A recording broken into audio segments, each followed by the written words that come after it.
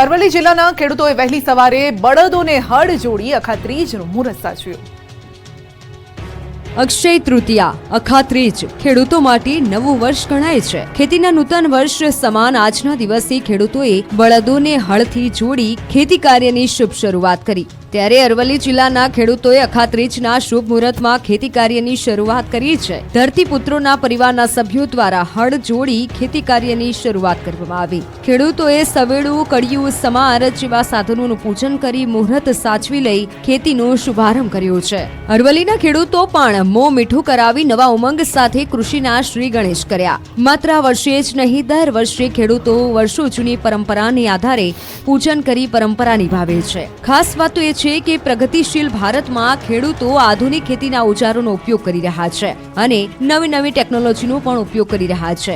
છતાં વર્ષો જૂની પરંપરા ભૂલ્યા નથી। આજે પણ વસુંધરાની સાથે સાથે ખેતીના નવા જૂના તમામ ઓજારની વિધિવત રીતે પૂજા કરી રહ્યા છે। વર્ષો જૂની ચાલી આવતી પરંપરાને નિભાવી ખેડૂતોએ હળોતરા કર્યા હતા। ભાવનગરમાં જમાદાર કેરીની ખેતી કરતા ખેડૂતો થયા માલામાલ। મણના ભાવ 4500 સુધી મળ્યા। ભાવનગરમાં જમાદાર કેરીની ખેતી કરતા ખેડૂતો માલામાલ થયા છે। જમાદાર કેરીની મબલક આવક અને ભાવ પણ સારા મળતા ખેડૂતો ખુશખુશાલ છે। યાર્ડમાં સોસિયાની જમાદાર કેરીની પણ આવક શરૂ થઈ ચૂકી છે, જેમાં એક મણના ભાવ ₹2000 થી લઈને 4500 સુધીના જોવા મળ્યા છે। યાર્ડમાં મોટા પ્રમાણમાં જમાદાર કેરીની આવકની શરૂઆત થઈ છે। ભાવનગર જિલ્લામાં 9000 હેક્ટર જમીન કરતાં પણ વધારે કેરીનું વાવેતર થાય છે। અહીંયાથી મોટી માત્રામાં આંબાની કલમો તૈયાર કરીને અન્ય રાજ્યમાં મોકલવામાં આવતી હોય છે। અહીંના મોટા ભાગના ખેડૂતો બાગાયતી ખેતી કરી મબલક આવક મેળવે છે। તો ભાવનગર જિલ્લામાં સોસિયા, તળાજા, મહુવા, જેસર સહિતના પંથકમાં કેસર કેરીના બગીચા આવેલા છે। માર્કેટમાં કેસર કેરીની આવક શરૂ થઈ છે, તેમજ માર્કેટિંગ યાર્ડમાં અથાણાની કેરી તેમજ મુરબ્બાની કેસર કેરીની આવક પણ શરૂ થઈ ચૂકી છે। કેસર કેરીનો ભાવ ₹2000 થી લઈને 4500 સુધી જોવા મળ્યો। તો અથાણા બનાવવાની દેશી કેરીની પણ આવક થઈ છે, જેના એક મણનો ભાવ ₹800 થી લઈને 1500 સુધી નોંધાયો હતો। ત્યારે લોકો ઊંચા ભાવ આપીને પણ તેની ખરીદી કરી રહ્યા છે। પંચમહાલના કુવાઝર ગામની ચૂંટણીનું 2.5 વર્ષે આવ્યું પરિણામ।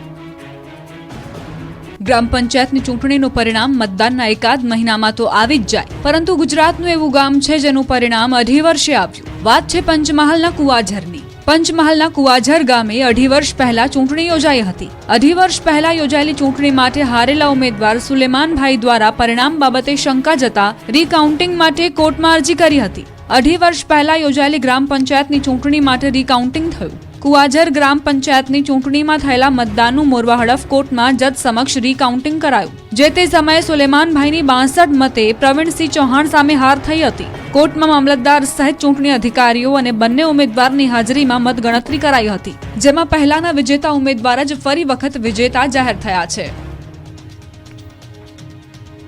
મહીસાગરના મતદાન બૂથમાં વાયરલ વિડીયો મુદ્દે થઈ ફરિયાદ। પંચમહાલમાં બૂથ કેપ્ચરિંગની ઘટના બાદ હવે મહીસાગરમાં વોટિંગ કરતા વિડીયો મામલે ફરિયાદ નોંધાઈ છે। ડંખરિયા બૂથમાં વોટિંગ સમયનો વિડીયો વાયરલ થયો હતો। પ્રિતેશ ઠાકોર નામનો યુવક બૂથમાં મોબાઈલ લઈને ગયો હતો, મતદાન કરતો વિડીયો બનાવી વાયરલ કર્યો હતો। ડંખરિયા બૂથ નંબર 156ના પ્રિસાઇડિંગ ઓફિસરે ફરિયાદ નોંધાવી। યુવક સ્ટાફની જાણ બહાર મોબાઈલ મતદાન મથકમાં લઈ ગયો હોવાનો ફરિયાદમાં ઉલ્લેખ કરાયો છે। બાલાસિનોર પોલીસ મથકમાં ફરિયાદ નોંધાતા પોલીસે તપાસ હાથ ધરી। સુરત અને અમદાવાદમાં સીઆઈડી અને આઈટીએ દરોડા પાડી તવાઈ બોલાવી। સુરતમાં આઈટીનું સર્ચ ઓપરેશન બીજા દિવસે પણ યથાવત રહ્યું। 3 સહિત 24 જગ્યા પર સર્ચ ઓપરેશન કરવામાં આવ્યું। 100 કરોડથી વધુ બેનામી વ્યવહારો મળી આવ્યા। ઐશ્વર્યા ગ્રુપ સાથે કોલસાના વ્યવસાય પણ સામેલ। ઉપરાંત કોલસાના મોટા વેપારીઓ એવા એસએન ટ્રેડલિંક, તરણજોત કોગ અને આદર્શ કોલ પર ડીઆઈ વિંગના અધિકારીઓ દ્વારા તપાસ શરૂ કરવામાં આવી હતી। તેઓ પાસેથી કોલસો ખરીદનાર અને વેચનાર વ્યક્તિઓને ત્યાં પણ તપાસ કરવામાં આવી રહી છે। તો રાજ્યભરની આંગડિયા પેઢીઓમાં સીઆઈડીએ તવાઈ બોલાવી। બોગસ એકાઉન્ટ અંગેની ફરિયાદના આધારે તપાસ શરૂ કરી છે।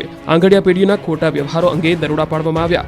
અમદાવાદ, સુરતમાં 11 પેઢીઓ પર સીઆઈડીએ દરોડા પાડ્યા। ભારતીય નાણાંની રોકડ, વિદેશી નાણું, સોના સહિત 15 કરોડથી વધુની રકમ મળી। તમારા ઘરે આવતા દૂધમાં ક્યાં ગટરનું પાણી તો નથી ને? બરોડા ડેરીના દૂધમાં ડેરીનો ડ્રાઈવર ગટરનું પાણી ભેળવતો હોવાનો પર્દાફાશ।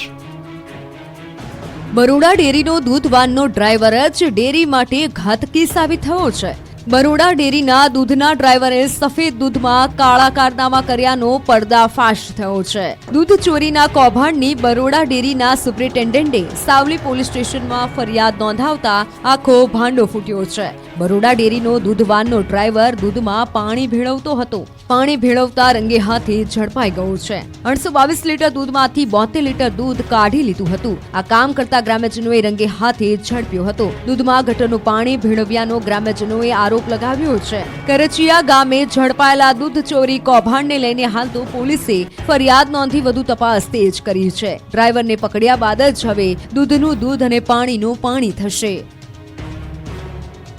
અમદાવાદમાં વટવામાં મહિલાની હત્યા કરનારા પતિ પત્નીને આવ્યો જેલમાં જવાનો વારો. સામાન્ય બાબતે કરી હતી હત્યા. અમદાવાદના વટવામાં મહિલાની હત્યા મુદ્દે પોલીસ તપાસમાં મોટો ધડાકો થયો છે. પોલીસે હત્યા કેસમાં આરોપીની ધરપકડ કરી લીધી છે, જેની પૂછપરછ કરતા સામે આવ્યું છે કે વટવામાં ભાડે રાખેલા શેડને ખાલી કર્યા બાદ ડિપોઝિટ પરત લેવા ગયેલા ભાડુઆત સાથે તકરાર કરી હતી. શેડ માલિકે તલવારથી હુમલો કરતા ભાડુઆતની પત્નીનું મોત થયું હતું. વટવામાં રહેતા નિમેશ રાઠોડે મારુતિ એસ્ટેટ 2 માં આવેલા 236 નંબરના શેડને થોડા મહિનાઓ પહેલા નિર્ભયસિંહ રાઠોડ પાસેથી ભાડે રાખ્યો હતો, જેમાં તેઓ પાઇપનો વેપાર કરતા હતા, જેનું મહિને 8,000 રૂપિયા ભાડું આપતા હતા અને ડિપોઝિટ પેટે 30,000 રૂપિયા રોકડા આપ્યા હતા. જોકે ધંધો બરાબર ચાલતો ન હોય 31 માર્ચ 2024ના રોજ તેઓએ શેડ ખાલી કરી નાખ્યો હતો. તેઓએ શેડના માલિક નિર્ભયસિંહ પાસે ડિપોઝિટના પૈસા પરત માંગતા પત્ની વિદ્યા રાઠોડ સાથે ગયા હતા. ડિપોઝિટના પૈસાની માંગણી કરતા નિર્ભયસિંહની પત્ની જેનીએ રકઝક કરી હતી અને તે સમયે નિર્ભયસિંહ રાઠોડ દ્વારા તેના ઘરમાં રહેલી તલવાર કાઢી ફરિયાદીની પત્ની વિદ્યાબેન રાઠોડના હાથના અને માથાના ભાગે મારી હતી. અંબાજી મંદિર દર્શન કરવા જવાનો પ્લાન હોય તો દર્શનનો સમય જોઈને જજો.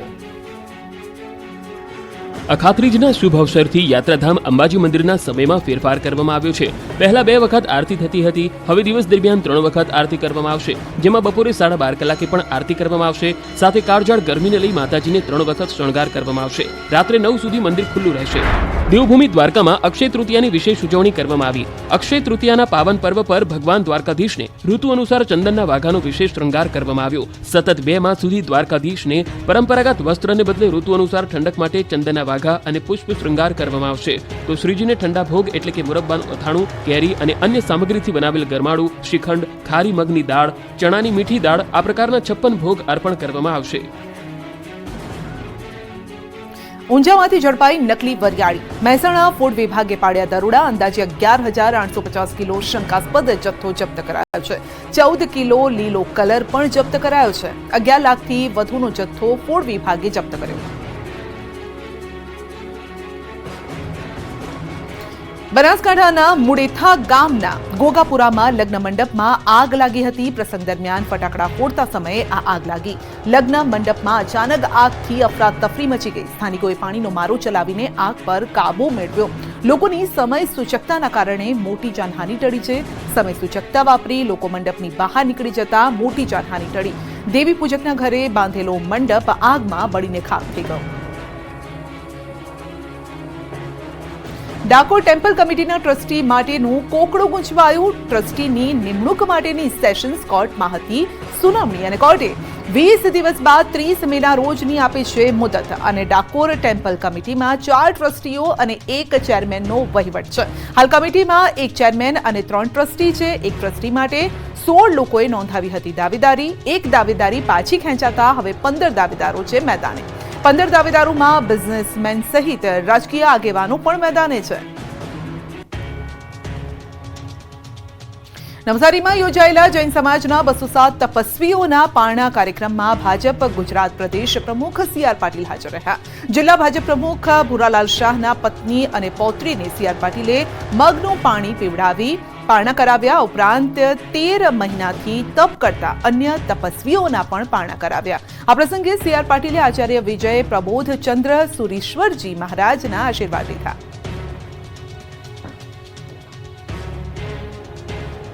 ગુજરાતમાં મતદાન બાદ ભાજપમાં વિરોધના આવ્યા છે ઉભરા અને રાદડિયા. સંઘાણી બાદ નારણ કાછડિયા ભાજપ સામે બગડ્યા.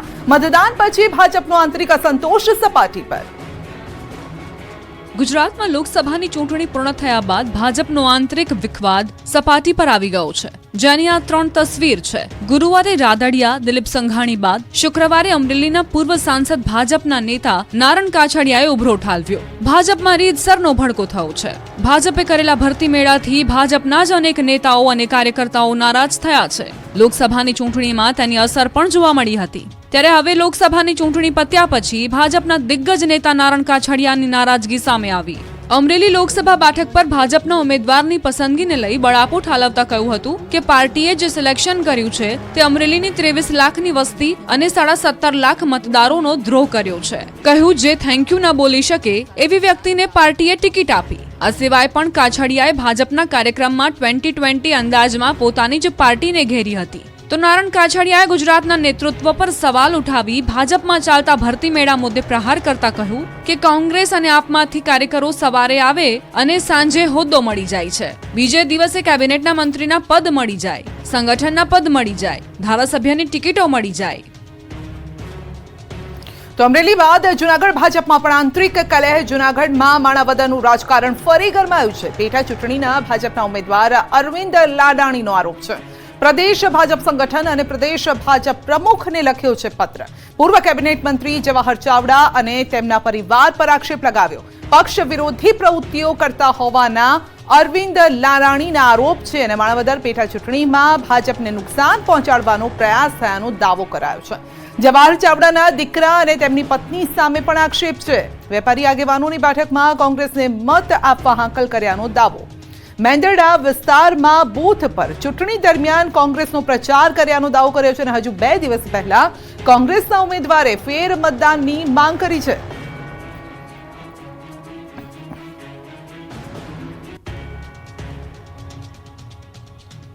₹65,000 કરોડથી વધુનું ટર્ન ઓવર ધરાવતી સૌથી મોટી સહકારી સંસ્થા ફરી દિલીપ સંઘાણીના હાથમાં બિનહરીફ ચૂંટાયા. ગુરુવારે ઇફકોના ડિરેક્ટરની ચૂંટણીમાં જયેશ રાદડિયાની જીત થયા બાદ હવે સૌથી મોટી સહકારી સંસ્થાના ચેરમેન બન્યા છે દિલીપ સંઘાણી. 65,000 કરોડથી વધુનું ટર્નઓવર ધરાવતી ખેડૂતોની સૌથી મોટી સહકારી મંડળી ઇફકોના ચેરમેન તરીકે દિલીપ સંઘાણીની નિયુક્તિ થઈ છે. તો વાઇસ ચેરમેન તરીકે બલવીરસિંહની બિનહરીફ નિયુક્તિ થઈ છે. 21 ડિરેક્ટરોની મળેલી બોર્ડ મિટિંગમાં સંઘાણીને ફરી એકવાર ચેરમેન તરીકે તો બલવીરસિંહને વાઇસ ચેરમેન તરીકે નિયુક્ત કરવામાં આવ્યા છે. મૂળ અમરેલીના એવા સંઘાણી ખેડૂતોની અનેક રાષ્ટ્રીય અને આંતરરાષ્ટ્રીય સંસ્થાઓ સાથે છેલ્લા 4 દશકથી જોડાયેલા છે. જયેશ રાદડિયાને જીતાડી તેમજ આજે બિનહરીફ ચેરમેન તરીકેનો જંગ જીતી સંઘાણીએ ઇફકોમાં પોતાનો ઋતવો જાળવી રાખ્યો છે. ચેરમેન તરીકેની દિલીપ સંઘાણીની આ બીજી ટર્મ હશે. આગામી 5 વર્ષ માટે સંઘાણીની ઇફકોના ચેરમેન તરીકેની નિયુક્તિ થતા તેમના સમર્થકો અને ખાસ કરીને તેમના વતન અમરેલીમાં જશ્નનો માહોલ છે. આ બાજુ ચૂંટણીમાં હાર બાદ બિપિન પટેલે સંઘાણીને અભિનંદન સાથે ટોણો માર્યો. કહ્યું દિલીપભાઈ વિધાનસભામાં જીત્યા હોત તો આનંદ થાત. જીત્યા એ બદલ તેમને હૃદયપૂર્વકના અભિનંદન પાઠવું છું. સાથે સાથે ભારતીય જનતા પાર્ટીએ માન્ય દિલીપભાઈને વિધાનસભાની ટિકિટ